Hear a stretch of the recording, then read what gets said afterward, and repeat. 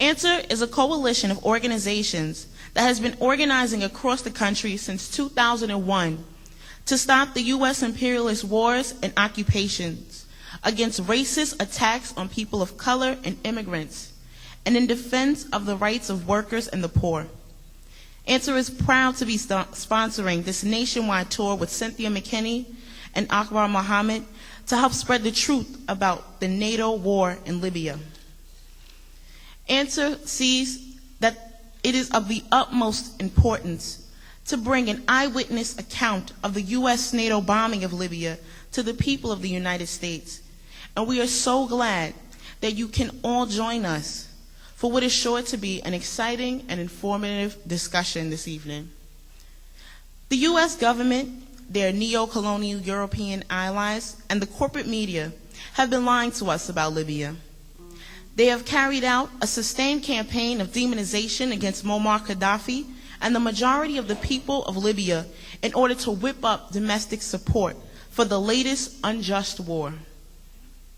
Every day we are told that they are bombing Libya to save Libya, that this military intervention is a humanitarian mission. But there is no such thing as humanitarian intervention for the U.S. government. The U.S. government only intervenes to advance their own strategic interest. That's right. This means the interest of big oil, Wall Street bankers, and massive corporations. U.S. intervention will never bring democracy or freedom to the Libyan people. Remember, this is the same government that funded and supported Egyptian dictator Hosni Mubarak and to the last minute of his corrupt rule. This government also supports the monarchy in Saudi Arabia, one of the most repressive regimes on the planet. Not to mention, they support the brutal Israeli occupation of Palestine.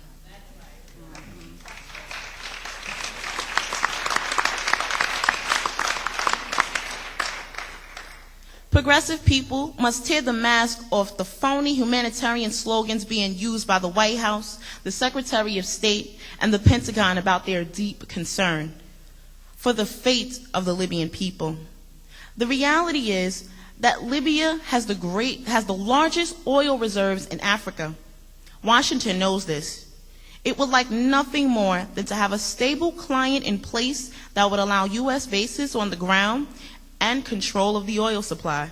It's that simple. Additionally, weapons contractors make millions off every bomb that is dropped in Libya, in Afghanistan, and in Iraq. And just as Dr. King once said, the bombs they are dropping on Libya are exploding in our communities here at home. We have 50% unemployment here in Harlem.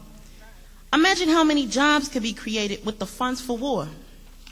How many schools and hospitals have been closed down?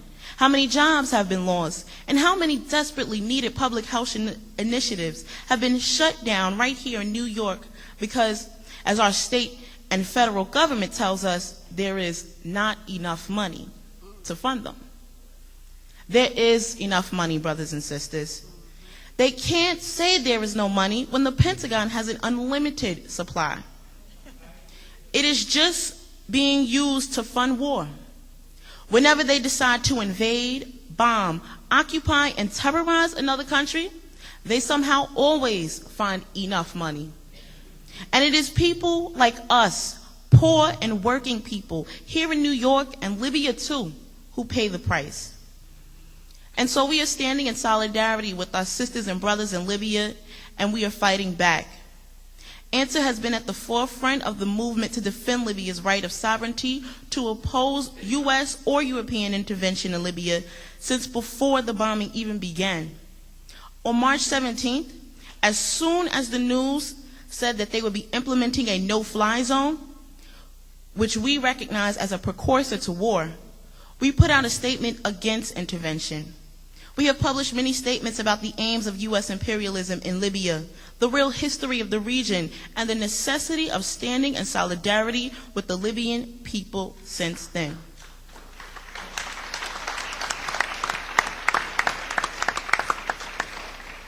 On March 19th, we had demonstrations all over the country to mark the 8th anniversary of the Iraq War. At each of these demonstrations, we raised the demand, no U.S. intervention in Libya, though we were sharply criticized by many in the anti-war movement for doing so. We did not waver. In fact, when the bombing began, we called emergency demonstrations in every city, in which we're present for the week of March 23rd to the 26th, to demand an end to the bombing of Libya. Hundreds of people were mobilized. We organized demonstrations at the White House in D.C., Times Square in New York, and L.A., to name a few. We are also proud to be hosting this speaking tour in many cities around the country. We are committed to organizing, spreading the word, and taking to the streets to fight back against U.S. intervention in Libya, as long as the bombing continues and until the right to self-determination for the people of Libya is upheld.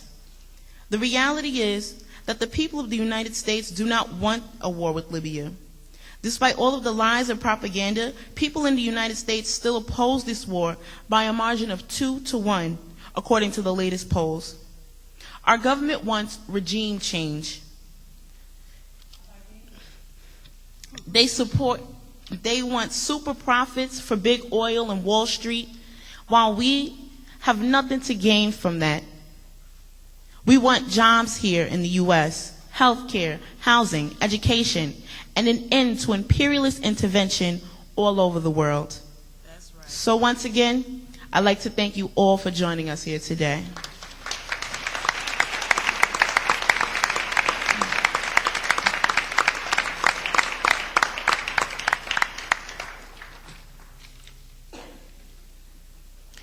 Okay, so before we get into our program, I'm going to actually, as we know, Ms. Cynthia McKinney traveled with the Dignity delegation, and we're going to actually have one of the members who traveled with her, Mr. Don DeBar, come up and speak briefly.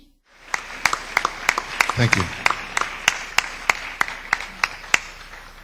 Back in the summer of 2009, I got a note from Representative McKinney asking me if I would be interested in taking a trip to Tripoli with a delegation of American journalists and activists who were going to attend an international conference to discuss third way politics and economics. And I said yes, almost immediately. I've never been to Africa before that, and I'd never been to a Middle Eastern country before that. And I've had particular interest in Libya as a nation that is outside of the paradigm of imperialism, and I wanted to see on the ground what life was like for everyday Libyans. So in October of 2009, I left. I was fortunate enough to spend the time traveling with Glenn Ford and from the Black Agenda Report, Wayne Madsen from the Wayne Madsen Report, Bob Fitrakis from the Free Press in Ohio, Pat Hill, an activist from Chicago, and a number of others. There were 13 of us in all, I believe, and, of course, Representative McKinney. And we spent, I think, 5 days in Tripoli, and I took my trusty little video camera out on the street for 2 of the days that we were there, and had an opportunity to walk around and speak with Libyans who lived in Tripoli to get an idea of what their life was like. And in the back of my mind, I was trying to find out what is it about Libya exactly that had provoked so much hostility from the officialdom here, who generally only have hostility for those who seek to assert their own rights against imperialism. What I found out was the following. Number one, housing is a human right in Libya. Everyone owns their home. The idea of a landlord is as alien to them as it was to the Chinese in the late 40s when the solution to the problem with landlords was to execute them. That's something that you could take to the rent control board here. You don't have a mortgage on your house. You just own your home. And the homes are nice. In Tripoli, the housing stock is equivalent to the better housing stock in New York. There's no rats and roaches. There's no crumbling walls and abandoned buildings. Rather, the housing is adequate and comfortable and owned by the people that live in it. That's the first thing I learned. Secondly, I learned that health care is free and universal. And the facilities, as I saw later, particularly from some video that you'll see here, but also from research that I did, the facilities are comparable to those in the United States, to the average hospitals that exist in, say, suburban America, like Westchester, Nassau County, and such. And for those services that are not available, they send you abroad at the government's expense and obtain treatment for you. This is for an average Libyan. That's the second thing I learned. The third thing that I learned is that the oil revenue that comes into the country is distributed to the people of Libya on a monthly basis. The households get an average of between $1,000 and $3,000 a month to live on. Now, the cost of food there is cheaper than it is here, and it's plentiful. It was plentiful before the bombing and the blockade. Available widely. There are many small restaurants and food stands and other things like you see in New York City and other places, but the food is affordable to all Libyans, and they partake of it. The average person is out in the street in the evening, eating in a small restaurant, walking, grabbing the pita bread with food in it or whatever. Unfortunately, what I learned was that there's no alcohol available like in other Muslim countries.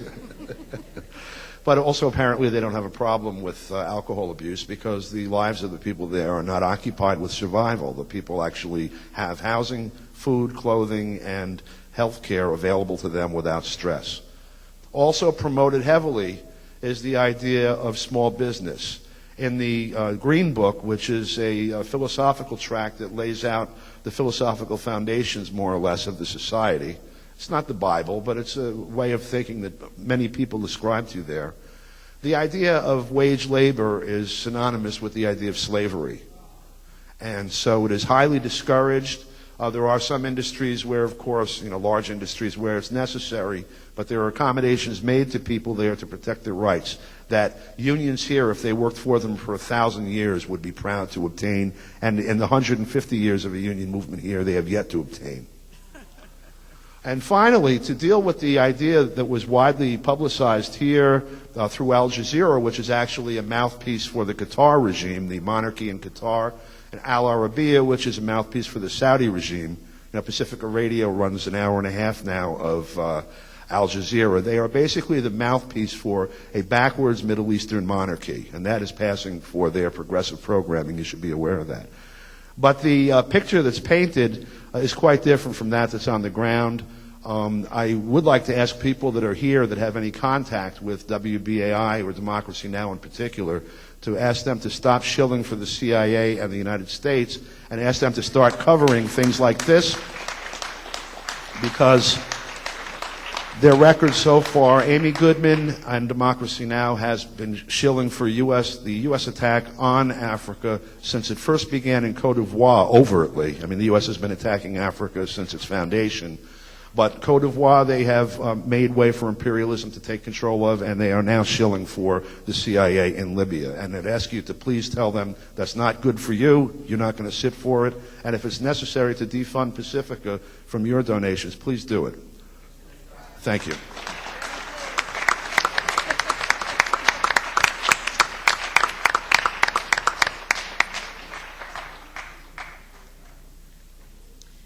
All right, so thank you for that. So our next speaker for tonight is Viola Plummer. She's chair of the December 12th movement, spokesperson for the reparations movement, and a veteran and the anti-imperialist and liberation fighter. Please welcome Sister Viola. I think Sasha laid out why we are here. And I think also that Don raised 1 or 2 points that I want to get back to quickly. One is Amy Goodman, WBAI, and Don said that she began to take the CIA's coverage with Côte d'Ivoire. No. No, that began many, many, many months ago, many years ago. I come out of the African Liberation Support Committee. I'm a black nationalist, and I make no apologies for that. I am a communist too, and I think that needs to be clear, that one does not obviate the other. So that in the struggle for the liberation of Africa, Amy Goodman and WBAI was always on the opposite side.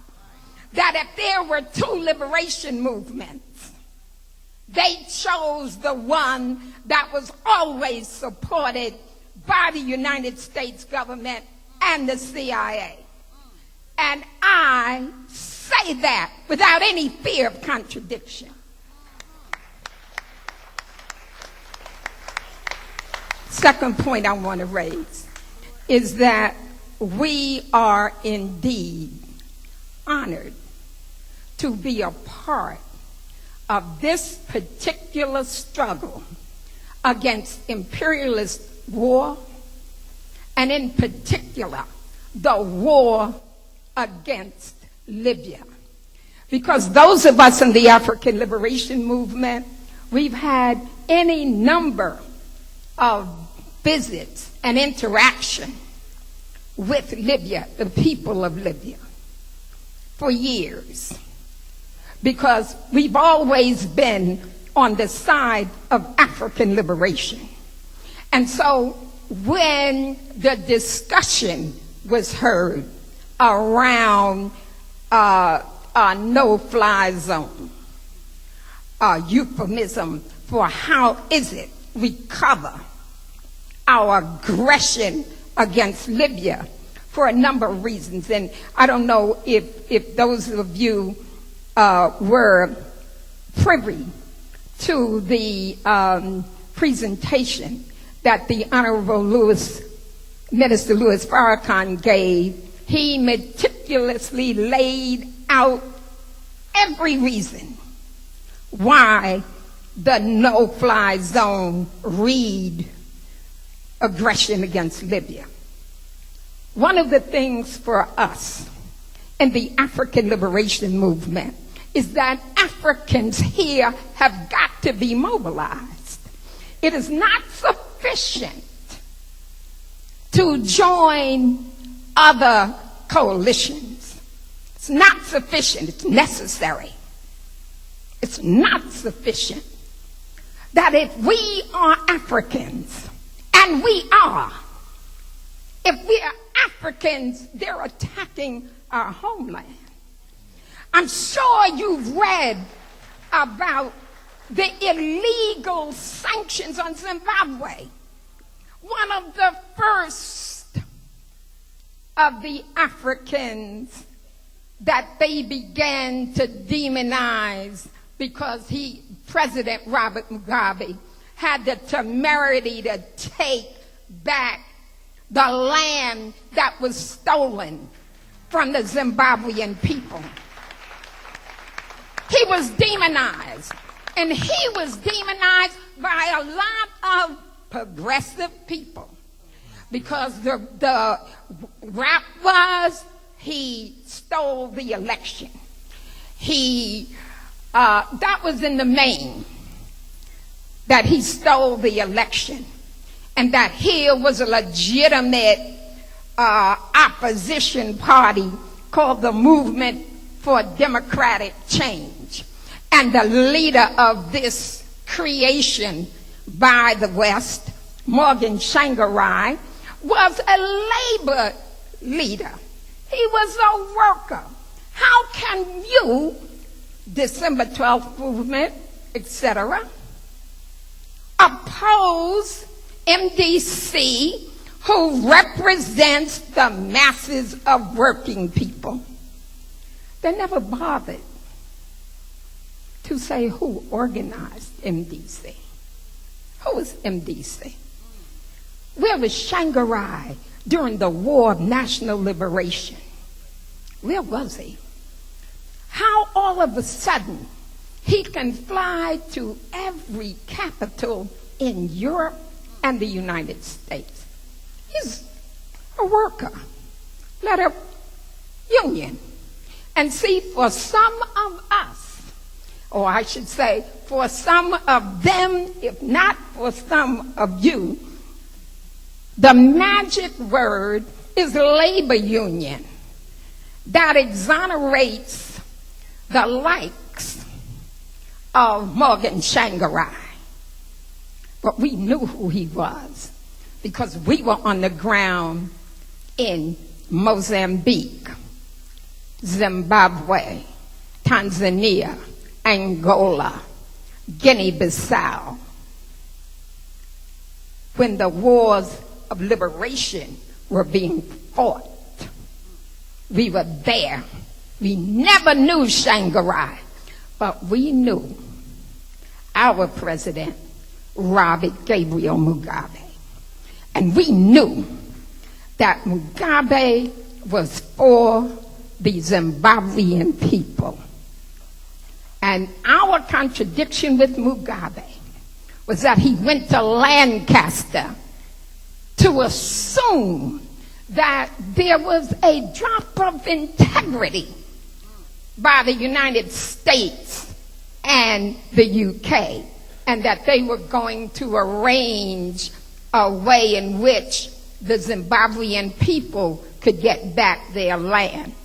Our position was, you can never, ever, ever embrace thieves. Ever. No matter how they come. Minister Farrakhan said in his speech, and I hope you get it, have they changed? Have they changed? Have they changed since the transatlantic slave trade? Have they changed? They haven't changed in the communities in which I come from. And the wars that they wage against the masses of people on earth, they're thieves. They're thieves. And so there has to be a response. There has to be a response by Africans here, by Africans throughout the world. And the response that has to be is that we will not accept regime change in Libya, neither will we accept it in Zimbabwe. They have no right to dictate who is going to lead. When they convinced Brother Gaddafi to give up his defenses, and he did, because he thought you could trust thieves. When they convinced him to give that up, and he did, that's when they moved, right? They could never convince the defense forces of Zimbabwe to lay down their arms and join MDC or the CIA or any of the rest of them. Not going to happen. But in order to make that clear, we have to have all of you in the street. Can y'all say August 13th? August 13th. And you know where I come from, you gotta talk loud, because those of us who like see my hand stuff may be hard of hearing. So, August 13th. August 13th. Can't hear you. August 13th. Can't hear that. August 13th. August 13th, 110th Street and Malcolm X. See all of you there. Thank you.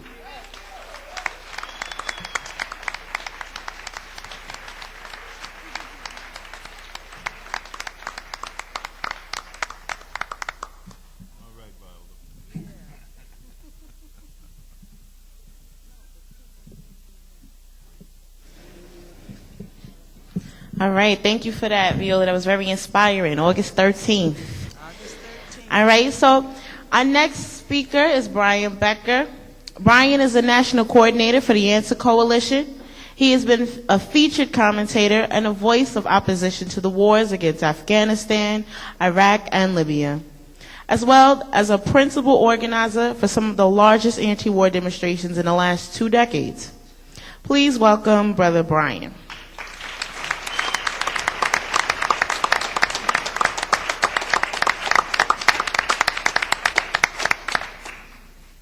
Well, I see what Viola means, that you really can't see anybody when you're standing here.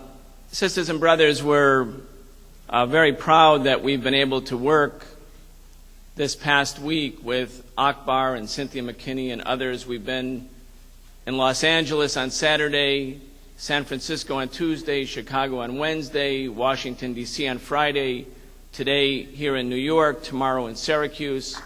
And you can see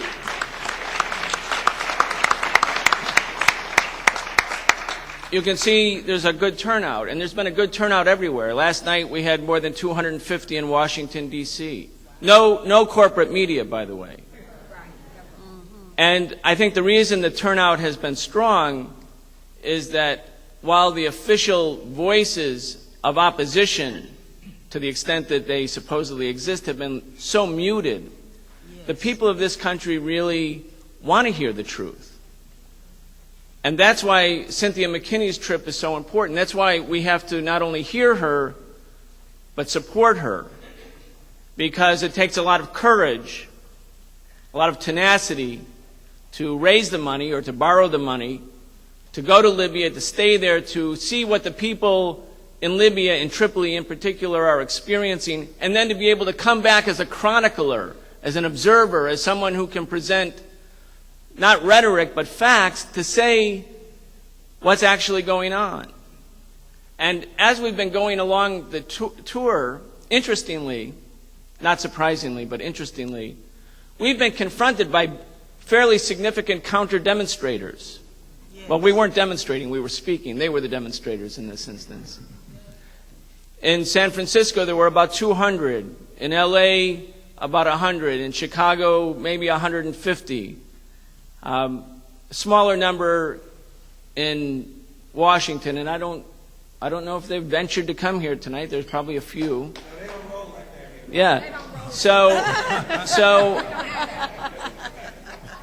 So they've been, of course, trying to disrupt and harass and threaten the tour unsuccessfully, I would say, because of the militant response from the people who came, who wanted to defend this tour. But I want to address one of the arguments that they make, and that's the argument that resonates everywhere in the corporate media, that this bombing campaign, and authorized by Resolution 1973 of the Security Council, you know, that great authoritative democratic body, authorized with 6 abstentions, by the way, that said that the military action could be used to protect civilians, and that if the United Nations hadn't authorized and if NATO hadn't initiated military activities, there would have been a massacre in Benghazi, that the Libyan military and the militias and the people's fighters were poised to carry out the elimination of rebel forces, and it would be a human massacre in Benghazi, and that's why it was necessary. And I want to address that question, because when we talk to our coworkers and fellow students and people in our neighborhood, they may hear that argument. Let's just assume it's true. Let's just assume for a second that there was going to be a decisive military victory by the Libyan forces, and there would have been a large number of people in Benghazi killed. Would that be the reason that the United States government, the greatest enslaver of Africa, or the British and French governments, the greatest colonizers of Africa, would have gone to war in Africa because they were concerned about the deaths of certain Africans in the eastern part of Libya? Is it at all credible that they would begin a massive bombing campaign because of some pure and noble motive to save the people in Libya or any part of Africa, when we know that for 400 years these are the same forces that have pillaged and plundered Africa?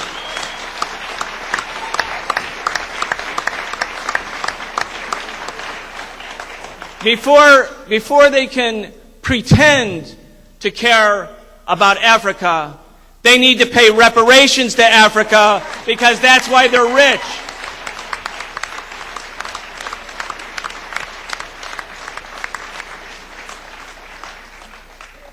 There are no pure, noble motives by the imperialists when they conquer and pillage and plunder. That they said they had a noble cause in Iraq, and there's 1 million Iraqis dead and 5 million refugees and a beautiful country shredded.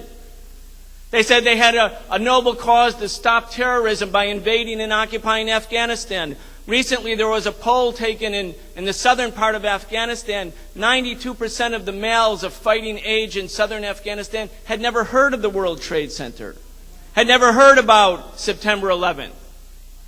They didn't carry out this attack, and yet tens of thousands of Afghans are dead. Yes. If the United States wants to pretend to care about the lives of Arab or Muslim or African people, put George W. Bush on trial for war crimes and crimes against humanity.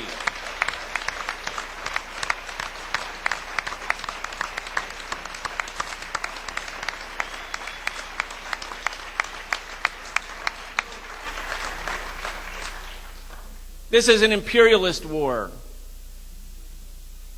They know, as Sasha said so well, that Libya has the largest oil reserves in all of Africa, the 9th largest oil reserves in the world. If no new oil fields were discovered in Libya, and many will be discovered, but if no new oil fields were discovered, at the current rate of production, Libya has enough oil to produce at this level for the next 63 years. That's a prize that ExxonMobil, Chevron, ConocoPhillips, Eni in Italy, and the others want.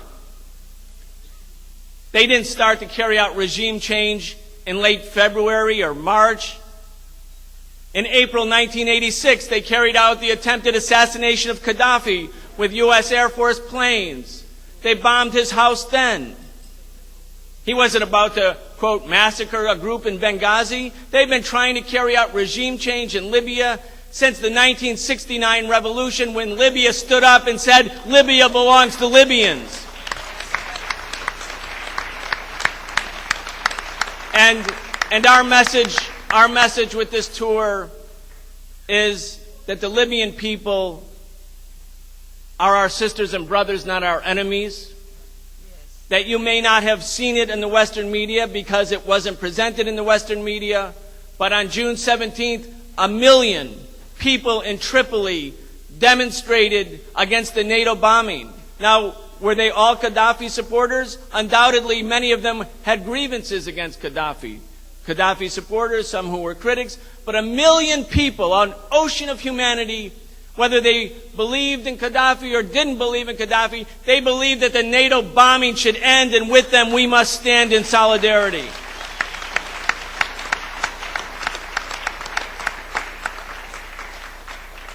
So sisters and brothers, on Monday there's going to be the demonstration downtown called by the United Anti-War Committee.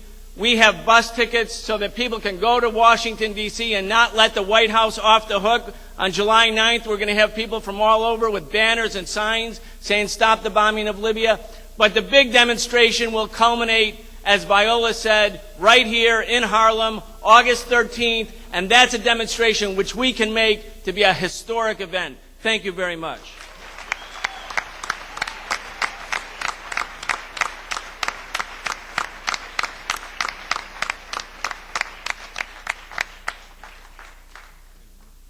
All right. So we're going to now go to our next speaker. And before, actually, when I was thanking, our speakers, I actually didn't mention this person, and I'm sorry for that. But it actually is someone who needs very little introduction. I have the honor of presenting to you tonight the former U.S. Attorney General and for many years a voice of opposition to U.S. wars for empire, Ramsey Clark.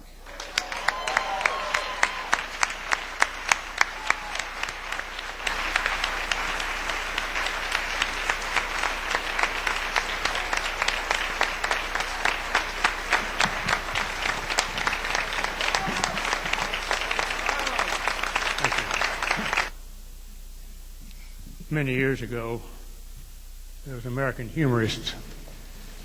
I'm probably the only one old enough to remember him, named Robert Benchley. And he could make an audience fall out of their chairs just by raising one eyebrow. And he'd often begin speeches by saying, "Before I make my speech, I want to say something." Well, I really want to say something before I make my speech. For decades now, we've had a singular moral leader in this country that has been right on all the important issues and exhausted herself in their pursuit. I call her Sister Courage, Cynthia McKinney.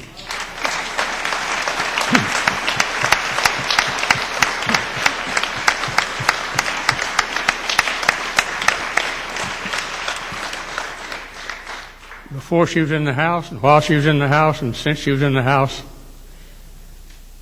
she's been Sister Courage for you and for me and for everybody in this world, and we owe her a great debt. And I think it's only the beginning for our sister. Ryan mentioned that we bombed Libya in 1986. We've been on their case since Gaddafi first took the leadership there, because he replaced our agent, so to speak. In Egypt, right next door, we've had, since Nasser, Sadat and Mubarak, for decades, driving the great Egyptian people into deeper poverty.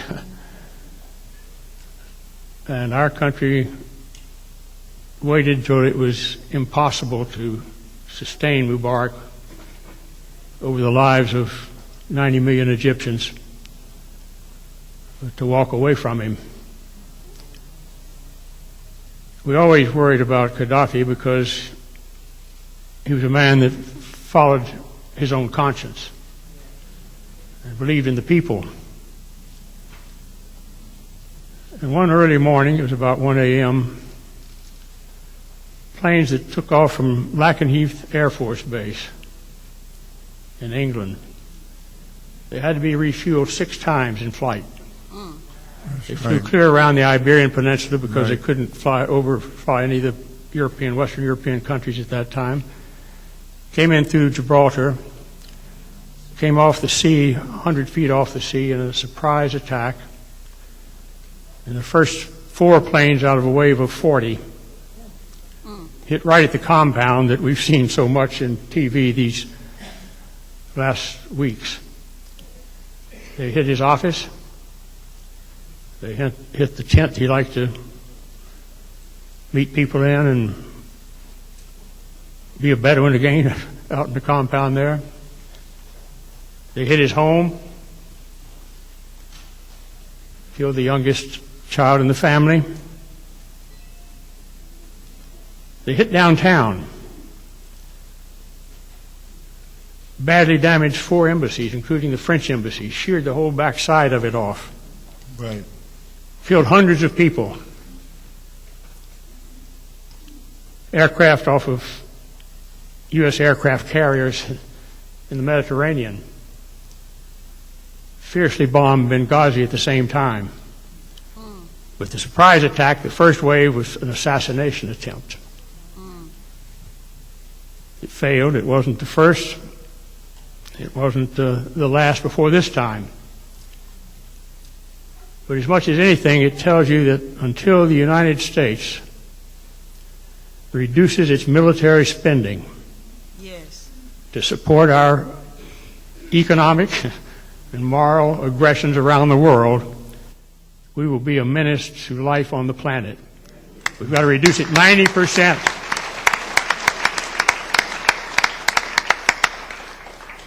When you look at the money we spend on just the Trident nuclear fleets that could destroy life on the planet, one submarine, there are 8 at sea all times on alert in the Pacific alone, with 140 to 145 nuclear warheads, the largest 145 kilotons, more than 60 times the size of the bomb, power of the bomb that destroyed Hiroshima.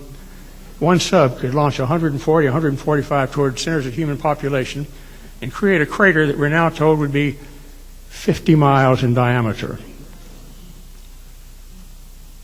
What utter madness. Totally out of control.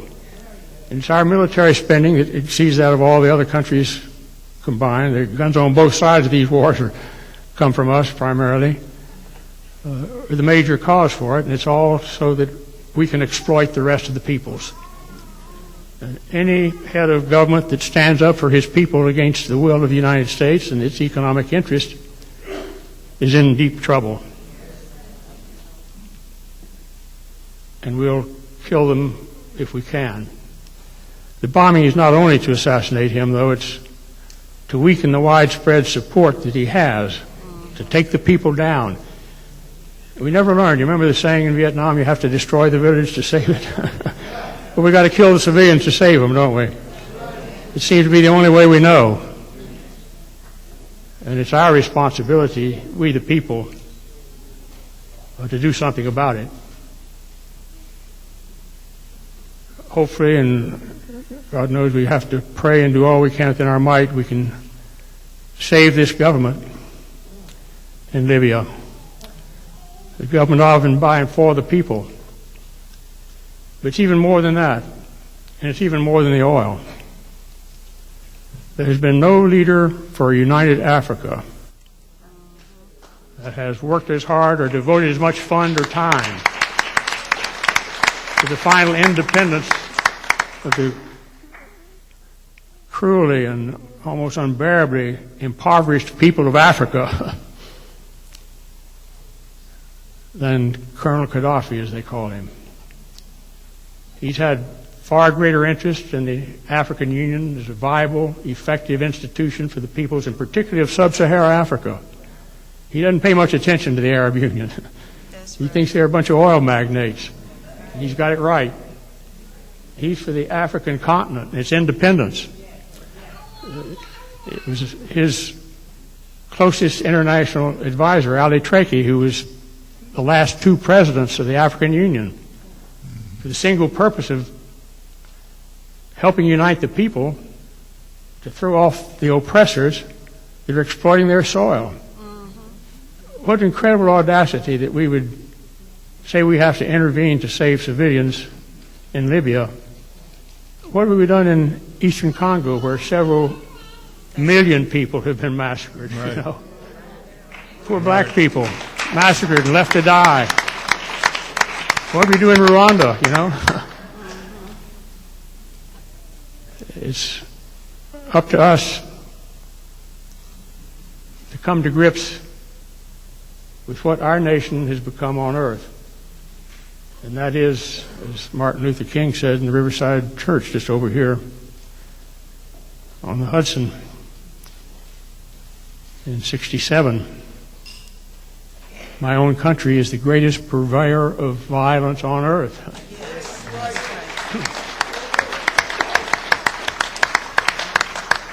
And yet our capacity to purvey violence in 1967 was puny compared to what it is now. And we keep plowing more and more money into sophisticated means of killing. The theory of the drones, we had a really interesting case out in Las Vegas that was wound up this January of this year against the drones.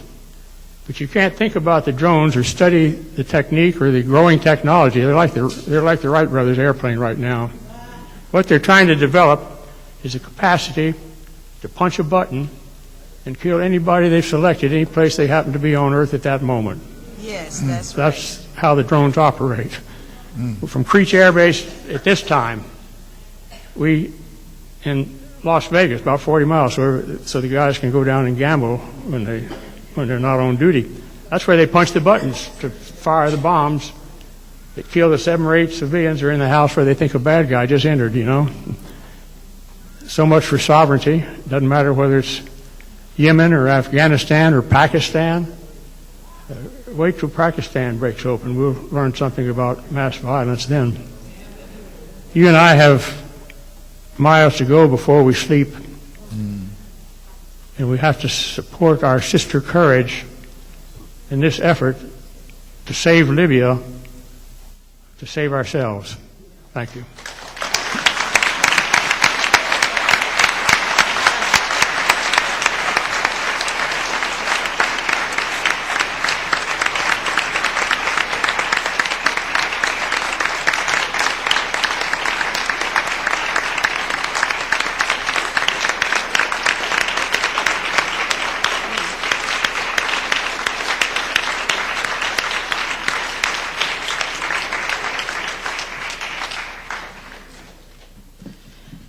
Thank you again for that wonderful presentation. And so we're almost coming to a close, but we do have, of course, our keynote speaker.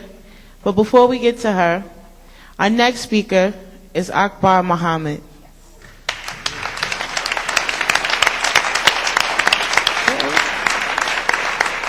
Mr. Muhammad is a national leader in the Nation of Islam. And as a student, he studied under Malcolm X. And he currently writes a regular column titled Africa and the World, which appears in over 100 African-American newspapers nationwide. So once again, let's welcome Akbar Muhammed.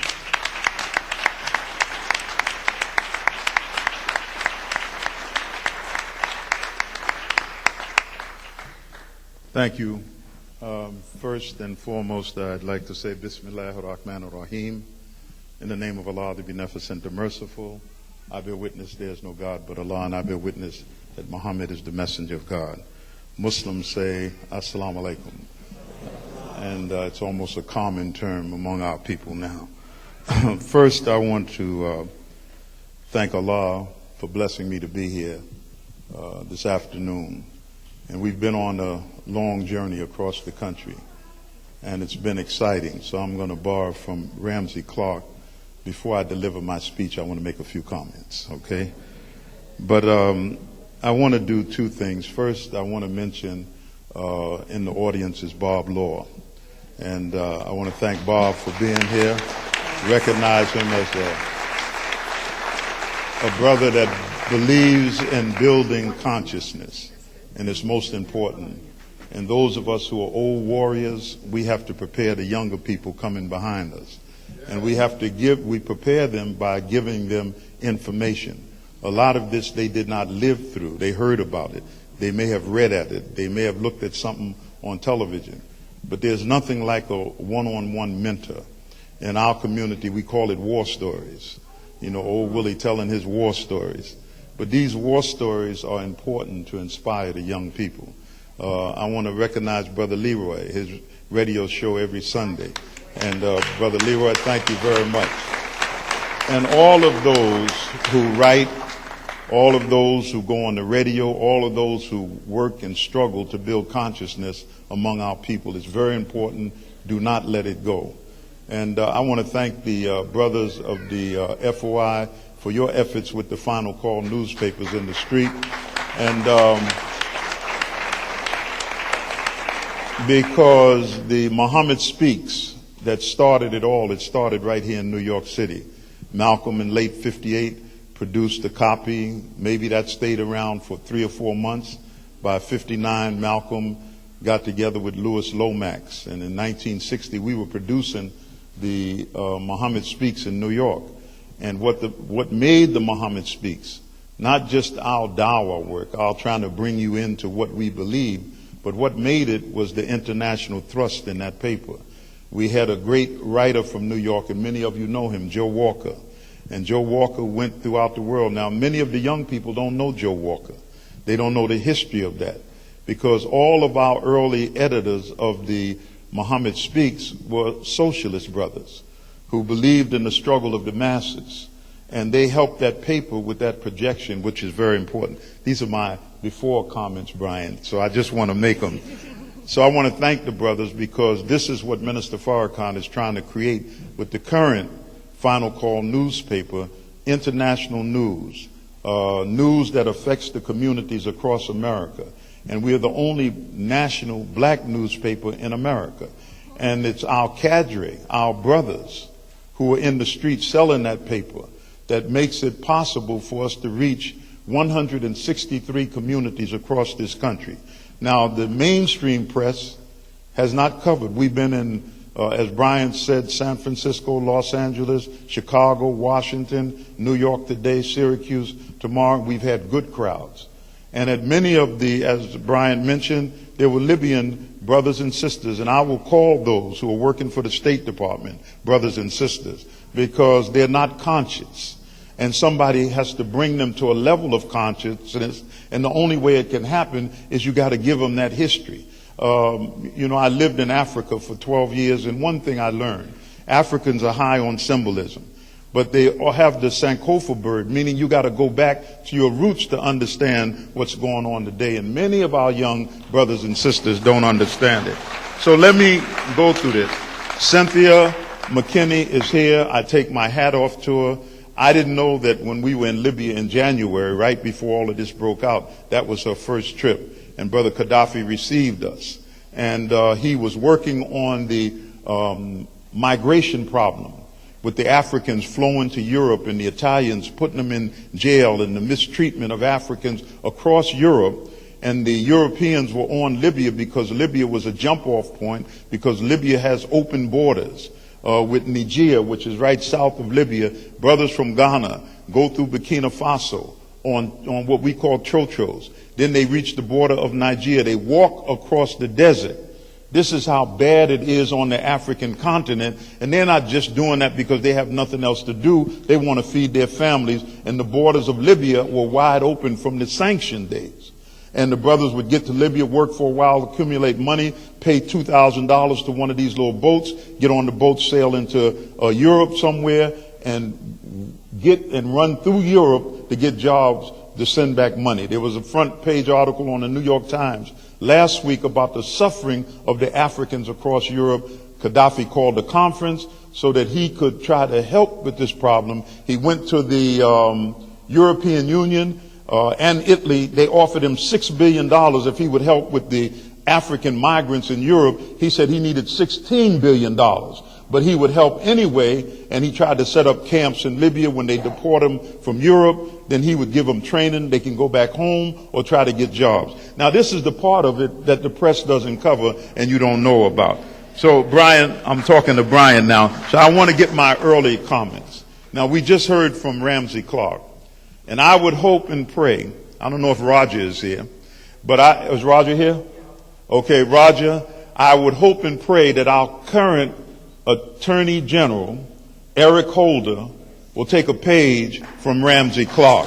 And the way that he can take that page, Cynthia, you've been inside by being an elected politician in the House, and you know what's happening inside. And once you saw what was happening inside, how they came together to roll you out of your seat, how they used the power of the press to shape an image of people they want to get rid of. Right. Eric Holder is inside right now, but he's a conscious brother. And it's what we need now is a mid-course maneuver by the president and the attorney general. But once they get inside and they're out of office, will they commit themselves to use the knowledge that they have gained to become an individual like Ramsey Clark, 82 years old, and his mind is still as sharp as a razor? We would hope that Barack Obama, who made a misstep, now all of us were impressed with him. All of us had hope in him. You say, well, not me, Akbar. I knew that he had something that wasn't right there. But look at his tremendous history. And you have to know the history, even though Jerome Cossey and Obama Nation was writing, the right wing and some of the Tea Party people funded him, as they did with Kerry with the Swift boat. This is the same Dr. Jerome Cossey that did the Swift boat on Kerry. He did Obama Nation. But there was information in there that was good for all of us. how Barack Obama's father got to America. Kenya became independent in 1963, and on the Muhammad Speaks, we had a beautiful picture of Jomo Kenyatta. But you got to remember, Bob, you can remember this, when you went to the movies, and we saw 2 movies here in New York, and in between they had a newsreel, and it was usually about the world, and they showed in the mid-50s, 52, 53, 54. This is for the over-the-hill gang in the room. They understand what I'm talking about. And they would show this movie reel, and they would show in Kenya there was these terrible people called Mau Mau. And they were vicious, and they were killing poor white folks who just wanted to farm in Kenya. And they were taking blood oaths and killing. They showed this on the screen. And I sat there and looked at it in amazement that they were mainly among the Kikuyu. And then when Kenya becomes independent, they show the same people as the liberators, as the ones who were struggling. And I'm saying this about the press because Barack Obama comes from a period when the Kikuyus became the leaders of the government, and the Luo, which is the second group, they were not in power.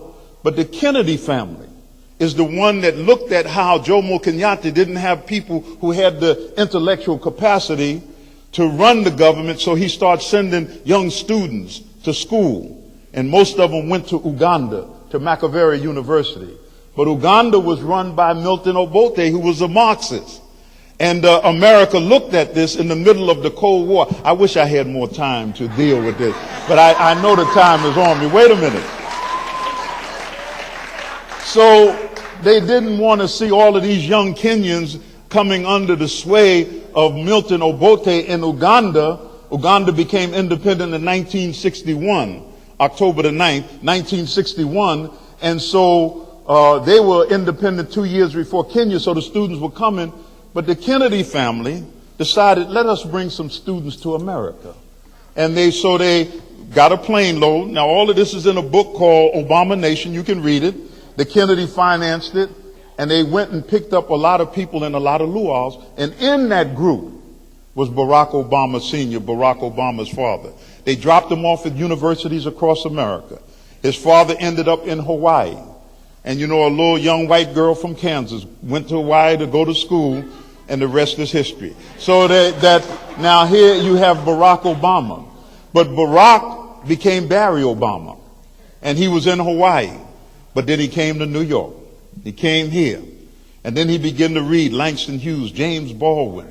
He began to read Du Bois. He began to read the life of Paul Robeson. Two of the greatest intellects that we ever produced was W.E.B. Du Bois and Paul Robeson.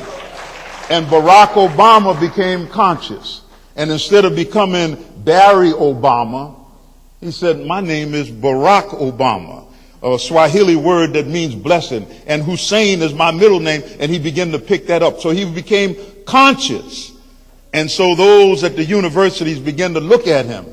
And how could they cultivate this very brilliant black man? But Barack Obama made a misstep. And the misstep was the bombing of a nation of 6 million people of Libya, thinking that it would be over in a couple of weeks.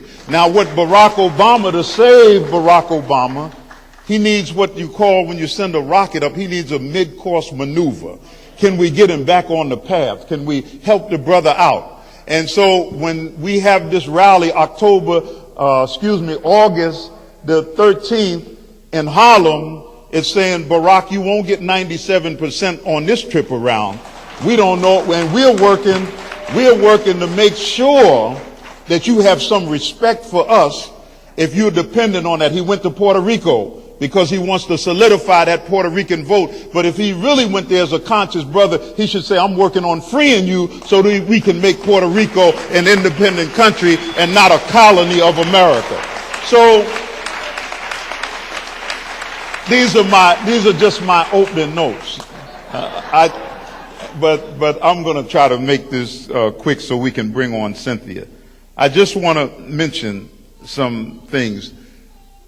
Target Gaddafi. I mentioned this last night in Washington. That you have to go back, the miracle of the internet. It is a miracle. There's no reason for ignorance today. If there's any subject you want to know, you can look it up.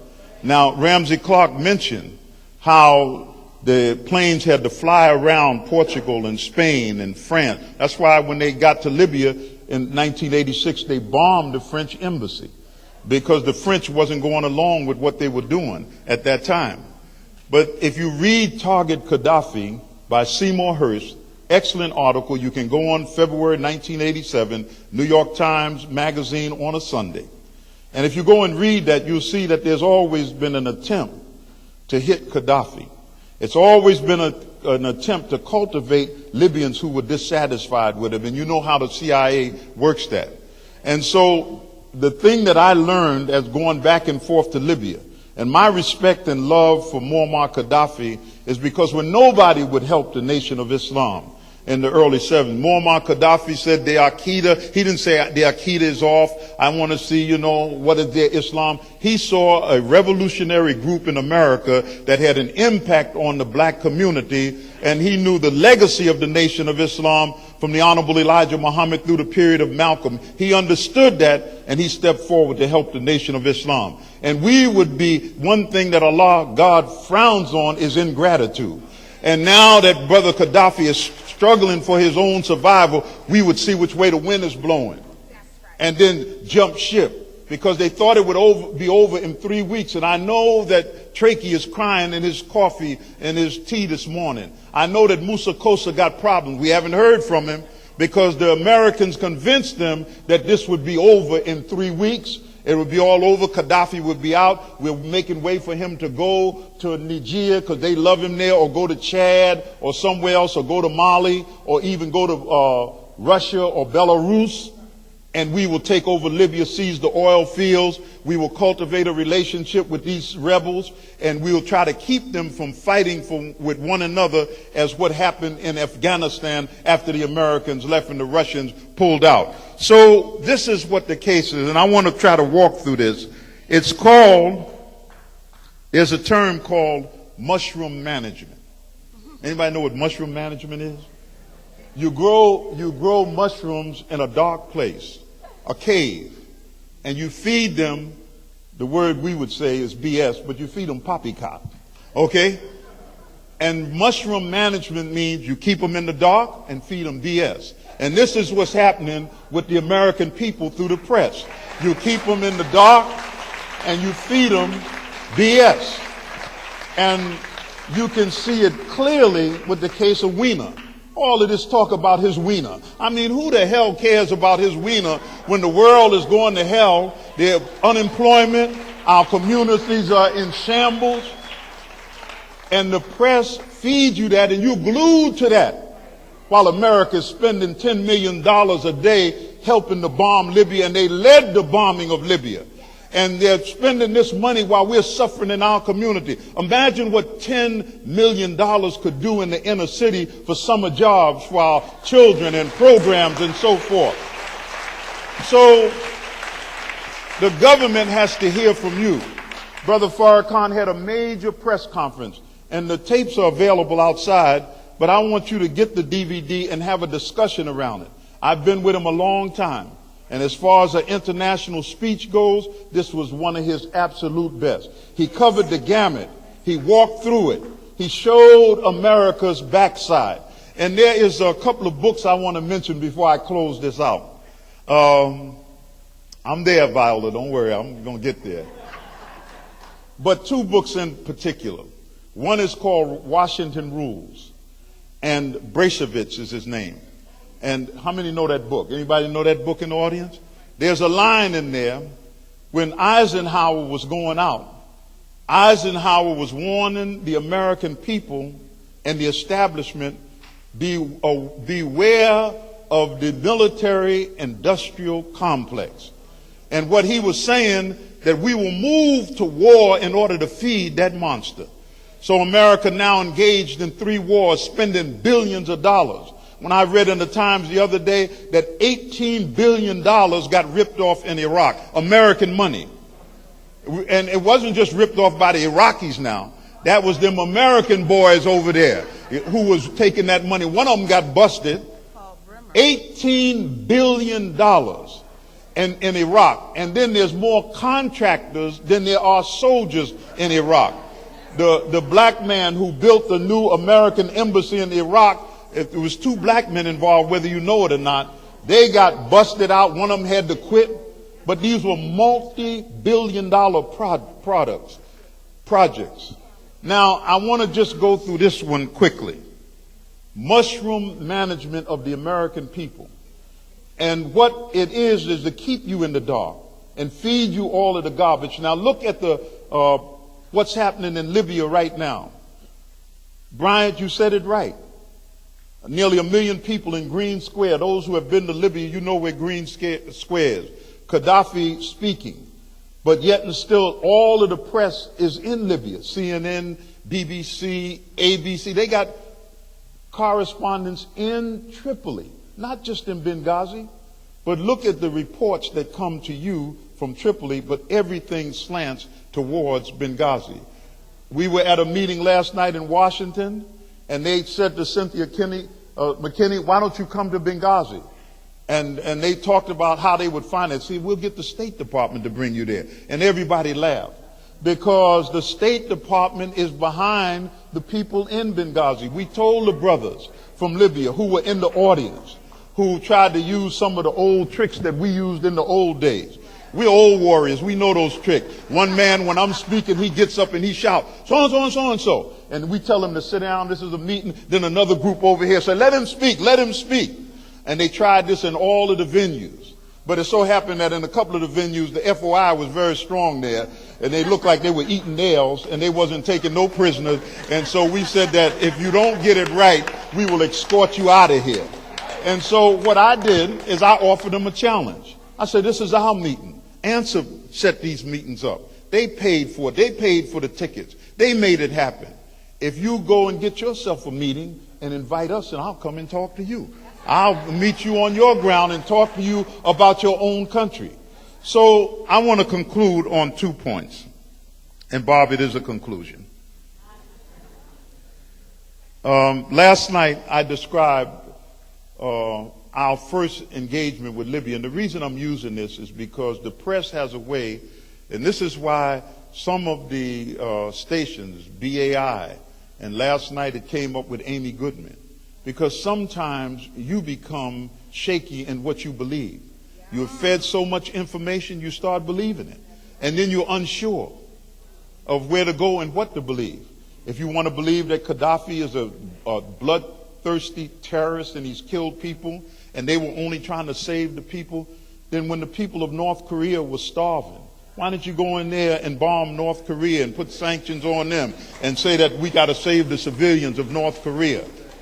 When the outbreak in Rwanda, when that plane went down and that broke out, why didn't America go in there and save the people? And it's today a black man in the White House is being used for an agenda.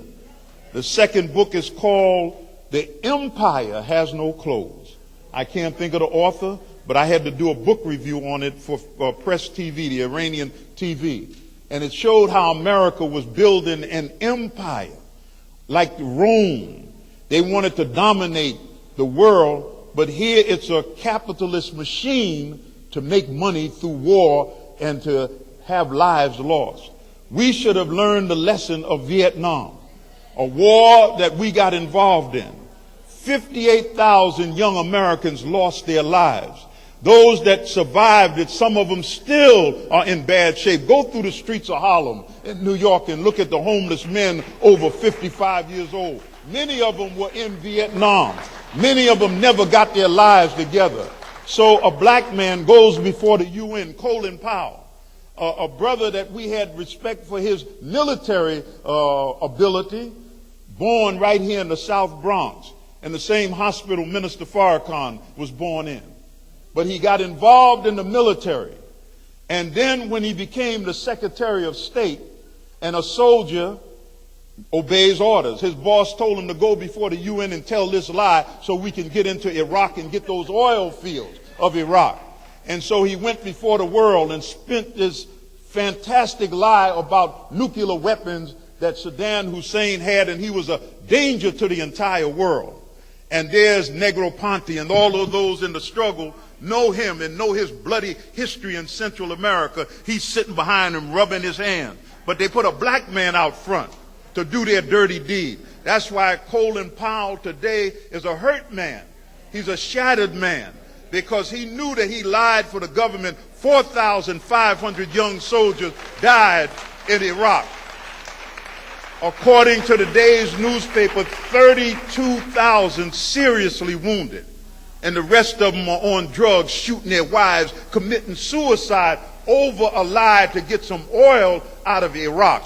Then when they finally captured Saddam Hussein, drugged him up, put him on television, probing his mouth and all of that, then they sent him to trial for putting down a rebellion in his own country. And then on the Eid day, the holy day of the Muslim, it's like on Christmas morning, you hang him in America. And I was proud of him as another Muslim because all of them said he's not a Muslim, he's a hypocrite, but he said his shahada. And then they let in his enemies with little cameras to film him because they thought he was going to cry like a baby and plead for his life. He said his shahada and looked at those who was taking pictures of it. You go to hell. And they hung him and killed him. So I'm showing you a picture that we cannot let this history be repeated. This is an invasion of Africa. This is bombing an African country. And this is because they know that what Gaddafi was doing with the wealth of Libya, not only taking care of the Libyan people, but he was also taking care of Africa. He moved the African Union forward. He said when he went to Algeria in 1999, he hadn't been to an OAU meeting since '83, and he didn't respect the OAU. But he went because the African nations broke the sanctions of the UN and America. And he said to the African brothers, he said, unless you unite, unless you go back to what Dr. Kwame Nkrumah said, unless you go back to what Gamal Nasser said, unless you go back to what Keita said, he said that we will all be destroyed. Little countries like the Gambia, Burkina Faso, Guinea-Bissau, countries like the Gambia, Guinea-Bissau, countries like Equatorial Guinea, countries like San Tome, and countries like Djibouti, and all of these, Swaziland, all of these little countries across Africa, they said they will go. They'll be like Somalia, a failed state. You must unite. And America looked at that. The largest trading partner with Africa is not China, but it's the United States of America. And there's two countries that they need the oil from, that's Nigeria and Libya. And when Barack went before the public, and I'm closing soon, when Barack went before the public, he said, he should have said to you, I'm going to invade Libya. And I'm going to lead the attack on Libya. But don't worry, American people, the only thing that will happen is your gas is going to go up to $4, maybe $5 a gallon. So this is why an election is coming, and he pulled out the gas reserves the other day to bring it down to prepare to try to get another term. But we cannot give him another term if this is the way he's thinking about Africa and the black world. So, and the only way that this can happen is you got to work with your Congress people. You got someone like Cynthia McKinney can tell you what moved Congress people. You got to be able to roll them out.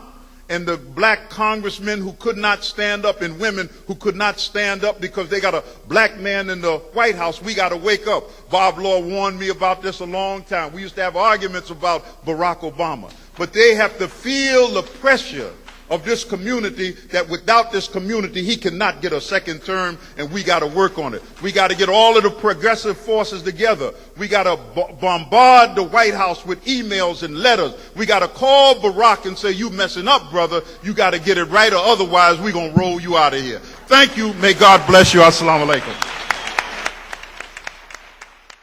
Ms. McKinney served as a member of the U.S. House of Representatives and ran a spirited campaign for president in 2008. She is a powerful commentator on domestic and foreign policy, and recently traveled to Libya on her second fact-finding mission. So please, everyone, let's give a very warm welcome to Ms. Cynthia McKinney.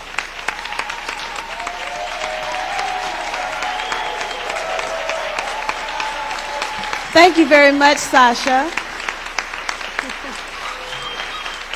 And thank you to all of you for making this event a success. I want to thank the Answer Coalition. The Answer Coalition has been through a lot. And they've been through that demonization as well. And I watched as the anti-war movement was split in two. And it was because special interests wanted to control our ability to say no to war. And ANSA stood firm as they are standing firm today. So thank you, ANSA. I have a video, and we're going to look at about 10 to 15 minutes of the video. And then we're going to, the video is about an hour long. We'll drop the volume, and then you'll continue to see the images as we go through our question and answer period. So now, you've heard from Sasha and Don and Brian and Ramsey and Viola and Akbar. And I have to say that for the reason I went to Libya and put together the Dignity Delegation of investigative journalists and my lawyer was because of all of the things that they have said. And honestly, another factor came into my consciousness, and that is the fact that during the time that I was in Congress, I was asked to take positions that were absolutely not true. But people wanted to use my black face in order to put forward their own agenda, and their own agenda was anti-black.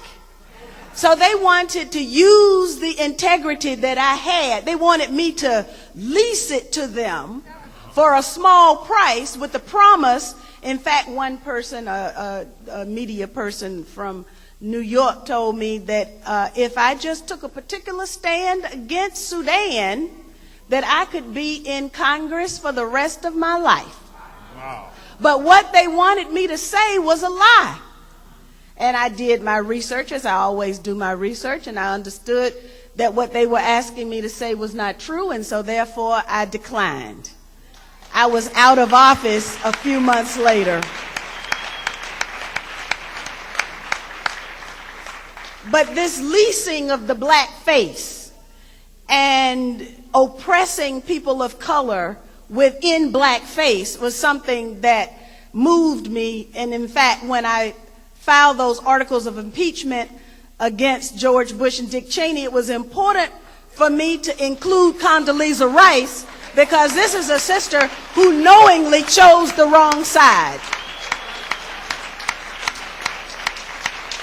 And I went into an elementary school in my district as I was trying to campaign for re-election, and their biggest day, the school in Black History Month is celebrating who else but Condoleezza Rice. So Condoleezza Rice becomes the role model for our young people. Colin Powell, who lied to the world, becomes a role model for our young people. And so this is what they want us to become, but this is certainly not what I can countenance. So as I am blessed to be able to travel around the world, one of the things that sticks out to me is how Black America at one point had moral authority no matter where you went in the world. If you had a USA passport and your skin was black, you were respected. That's right. You were loved. Because people around the world understood our struggle. They understood our oppression, and they understood our resistance to the imperial face of the United States. But not so anymore. How long do you think we're going to get a free pass? And now the ultimate insult to my integrity is that we have a black man bombing Africa. It's the ultimate insult. So I almost didn't have any choice but to put together a delegation of investigative journalists, because we were being lied to, and of course we know we've always been lied to. Our memory isn't so short. We haven't forgotten Iraq 935 times. Our elected leaders lied to us, and the media knowingly lied to us by repeating their lies. But we also know that the media is accustomed to telling the government's lies, because those of us who are students of the counterintelligence program understand very well that the mighty Wurlitzer has been played on behalf of the government as it targeted blacks, Latinos, Chicanos, you name it. Anybody who was resisting and dared to dissent from U.S. oppressive policy got targeted, and the media demonized them. And that was a part of the neutralization of real leadership, authentic leadership in our community. So anyway, just yesterday, a U.S. admiral admitted that the NATO mission was to kill Muammar Gaddafi. Now, I don't have the personal history, but I know that members of the Black Panther Party, SNCC, All African People's Revolutionary Party were welcomed in Libya by Muammar Gaddafi. And so what gives our country, or more pointedly, what gives Barack Obama the right to target and kill somebody? It's against international law. It's against every aspect of international law, and it's against U.S. law. So one of the things that I saw when I was there was the place that was bombed in 1986 where Muammar Gaddafi's daughter was murdered. And they have turned it into like a little museum where you can see fragments of the bomb, and you can see the room where she was killed, and everything is pretty much intact, the holes in the ceiling and all of that. And when the United States decided that they were going to launch these bombs and missiles, and that one of their targets was going to be Al-Azizia, which is the name of that compound, which in Arabic, I understand, I don't speak Arabic, means the door, and it was called that because Muammar Gaddafi had opened up Libya to Africans in the diaspora to come back to Africa. One of the things that has happened now is that people have gathered around Al-Azizia. They actually live in the compound. So every time you hear that NATO has launched a bombing raid against Muammar Gaddafi's residential compound, is the way they put it, that means that NATO has targeted civilians. And that is a war crime. The civilians, they know that the civilians are there. And every night, these civilians have a party. They are so defiant, and they have lost all fear. They said if they are going to try and kill our leader, then we will go to the place that they bombed to protect our leader. That's what they told me. And there are supporters there in their tents from Algeria and Tunisia as well. Approximately 50% of the people of Libya look like me. And what NATO has unleashed is a race war because now you've got these lighter-skinned Libyans who are lynching the darker-skinned Libyans who look like me. And one of the things that was clearly noticeable is that the darker-skinned Libyans love Muammar Gaddafi. And at Al-Azizia, you have them of all colors and complexions, but by and large, they are largely the Libyans of darker skin. They have gone there to defend their leader, the leader who protects them. There is real insecurity now on the part of the Libyans of darker skin, even in Tripoli, because they don't know who's going to come up behind them and attack them. So this is a very, very serious issue. One of the other things that I was able to witness was the family of you've seen the image of Hisham, who was a Libyan darker-skinned soldier who was hanged from a building. He was targeted. The Libyan NATO allies, the so-called rebels, have a penchant for using their cell phones, the cameras on their cell phones. So they took the cell phone of Hisham and they called the family and got one of the brothers and told one of the brothers, "We've got your brother. Is he really a Libyan?" And the brother said, "Of course he's a Libyan." And, said the town, which I can't remember where the family is from. The next day, they called again on Hisham's cell phone and said, "We're going to kill your brother, and we want you to watch it on Al Jazeera." And that's exactly what happened. Can you imagine getting that kind of a phone call?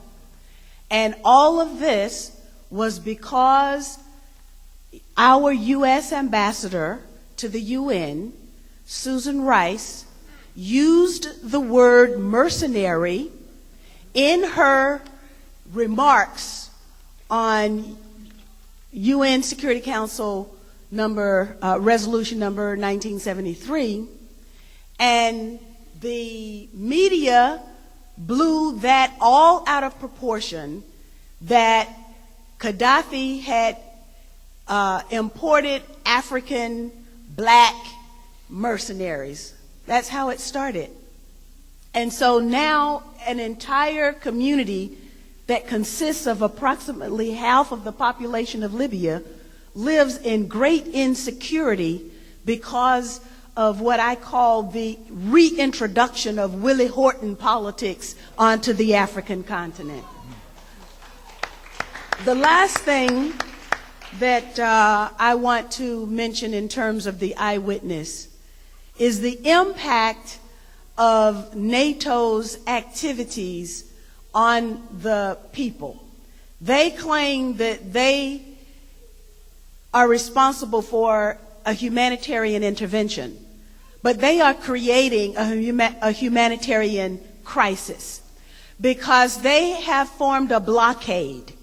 One thing, just like I call it the Israelization of NATO policy, because the Libyan fishermen are not allowed to fish in Libya's waters, just like the fishermen of Gaza are not allowed to fish in Gaza's territorial waters. And so you've seen the entire decimation of the fishing industry and the trade as a result of that. But not only does not NATO blockade the fishing trade, they also refuse to allow medication, food, and fuel to come into the country, even as they are bombing and maiming and killing people. So you can see for literally kilometers, tens of kilometers, 3 and 4 aisles or cars deep, rows deep, cars lined up waiting to get gasoline. There is no gasoline, and they produce oil. And they sent a woman to Italy to try and get some medicine, and the Italian government refused to allow her to take the medicine, and the Libyans have the wherewithal to pay, but because of the NATO blockade, they couldn't even import the medicine. So this is a horrible thing that is criminal in its conduct, because it truly is targeting civilians. And I would like to live to see the day when the United States can elect a president who is not a war criminal.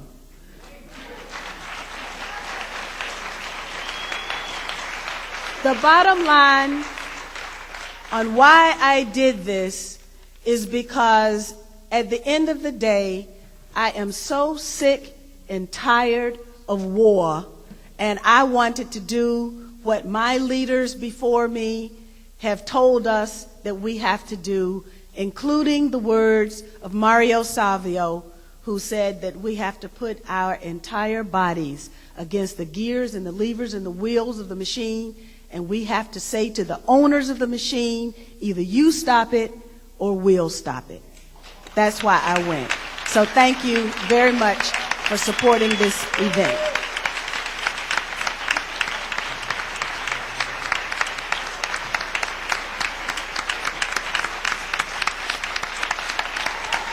Thank you. Thank you. Everything you see in this video, and particularly the timeline, is important because it shows that the media and everything that they said was the kickoff for their ability to intervene humanitarianly or humanely or whatever is a lie. And that's why this video is so important. Have been monitoring the situation in Libya from space via satellites since the beginning of the unrest in the country. And according to them, some of the reports made by the Western media are not entirely corresponding to the pictures that they are getting.